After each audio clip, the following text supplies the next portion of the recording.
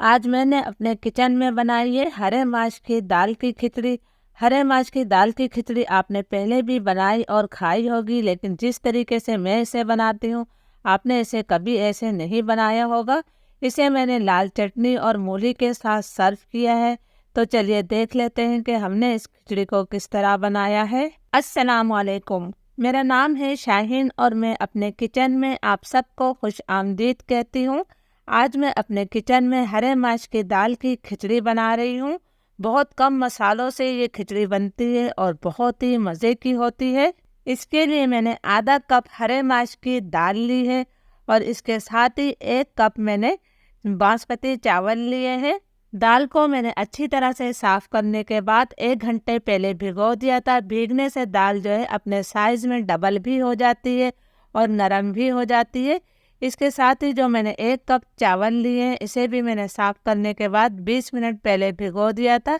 इस कप से नापकर मैंने 1 कप चावल लिए हैं।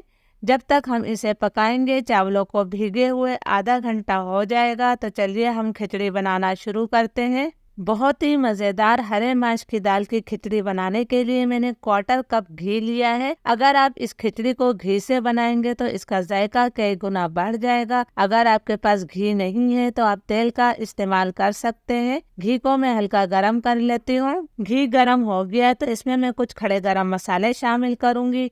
8-10 मैंने काली मिर्चें ली हैं, 3 लौंगे हैं, 1 छोटा दालचीनी का टुकड़ा, 1 बड़ी इलायची और 1 चाय का चम्मच सफ़ेद जीरा।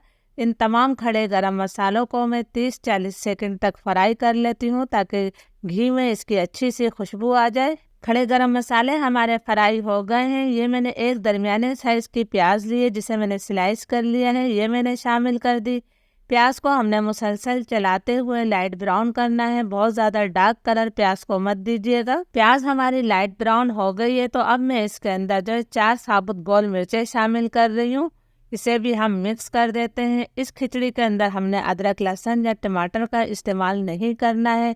इसके बावजूद ये खिचड़ी बहुत ही जायकेदार बनेगी। हम इसके अंदर कुछ ऐसा ख़ास करेंगे जिससे इस खिचड़ी का जायका कई गुना बढ़ जाता है। आपने बस वीडियो को आखिर तक तवज्जो के साथ ज़रूर देखना है। अब मैं इसके अंदर दाल शामिल कर रही हूँ। दाल का पानी मैंने निकाल दिया था। लीजिए जी, मैंने तमाम दाल डाल दी है। दाल को भी हमने 2 से 3 मिनट तक अच्छी तरह से भून लेना है। दाल को मैंने 2-3 मिनट तक अच्छी तरह से भून लिया है। तो अब मैं इसके अंदर 1 चाय का चम्मच भरकर नमक शामिल कर रही हूँ। नमक आप अपने टेस्ट के मुताबिक ले सकते हैं। इसे भी हमने अच्छी तरह से मिक्स कर देना है। ये लीजिए जी, नमक को भी मैंने मिक्स कर दिया है। तो अब मैं इसके अंदर 1/4 कप पानी शामिल करूँगी। बहुत ज़्यादा पानी आपने अभी शामिल नहीं करना है। ये मैंने 1/4 कप पानी डाल दिया है। इसे हम हल्का सा मिक्स कर देते हैं। फ्लेम में बिल्कुल लो कर रही हूँ। लो फ्लेम पर हमने इसे ढककर जो है 5 मिनट तक पकाना है। फिर 5 मिनट बाद मैं आपको दिखाती हूँ। लो फ्लेम पर दाल को पकते हुए 5 मिनट हो गए हैं। दाल में जो हमने पानी शामिल किया था वो पानी मुकम्मल तौर पर खुश्क हो गया है और दाल भी हमारी नरम हो गई है। तो अब हमने इसके अंदर चावलों के लिए पानी शामिल करना है। इस कप से नापकर मैंने 1 कप चावल लिए हैं, तो इसी कप से नापकर मैं चावलों का डबल यानी कि 2 कप पानी शामिल करूंगी। आप भी चावल हमेशा किसी कप, कटोरी या गिलास से नाप कर लिया करें। इस तरह आपको भी पानी डालने में आसानी होगी। ये मैंने 2 कप पानी डाल दिया है। इसको हम हल्का सा मिक्स कर देते हैं। अब मैं इसके अंदर चावल शामिल करूंगी। चावलों को भीगे हुए आधा घंटा हो गया है और चावलों का पानी मैंने निकाल दिया है। चावलों को आपने हल्के हाथों से मिक्स कर देना है, इसलिए कि भीगे हुए चावल हैं, टूट सकते हैं। बिल्कुल हल्के हाथों से आपने मिक्स करना है। फ्लेम मैंने मीडियम टू हाई कर दिया है। मीडियम टू हाई फ्लेम पर मैं इसे ढककर 5 से 6 मिनट तक पकाऊंगी। लेकिन खिचड़ी अभी हमारी मुकम्मल नहीं हुई है। अभी आपने इसका आखिरी स्टेप ज़रूर देखना है जिससे इसका जायका कई गुना बढ़ जाएगा। तो मैं 5-6 मिनट बाद आपको दिखाती हूँ। खिचड़ी को मीडियम टू हाई फ्लेम पर पकते हुए 5-6 मिनट हो गए हैं। आप देख सकते हैं कि इसका पानी तकरीबन खुश्क हो गया है और इसमें इस तरह से बबल बन रहे हैं। इसका मतलब है इसके नीचे में अभी पानी बाकी है। तो अब हमने चावलों को दम पर लगाना है। तो फ्लेम में बिल्कुल लो कर दूंगी और इसके साथ ही हमने एक कोयले को बहुत अच्छी तरह से दहका लिया है, वो मैंने रख दिया है और इसके अंदर चंद कतरे में घी के टपका दूंगी।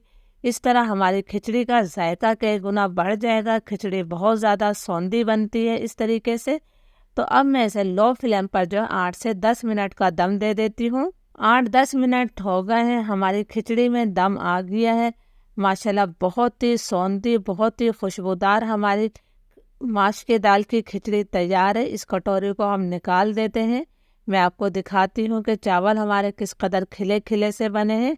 ये देखिए माशाल्लाह। तो चलिए अब हम इसे सर्व कर लेते हैं। अल्हम्दुलिल्लाह बहुत ही मज़ेदार हमारे हरे माश की दाल की खिचड़ी तैयार है। आप करीब से भी देख सकते हैं कि किस कदर खिले खिले चावलों के साथ हमारी खिचड़ी तैयार हुई है। आप लोग ज़रूर इस तरीके से इस खिचड़ी को बनाइएगा। इंशाल्लाह सबको ये रेसिपी बहुत ज़्यादा पसंद आएगी। रेसिपी अच्छी लगे तो लाइक और शेयर ज़रूर कीजिएगा। इजाज़त दीजिए, दुआओं में याद रखिएगा। अल्लाह हाफिज़।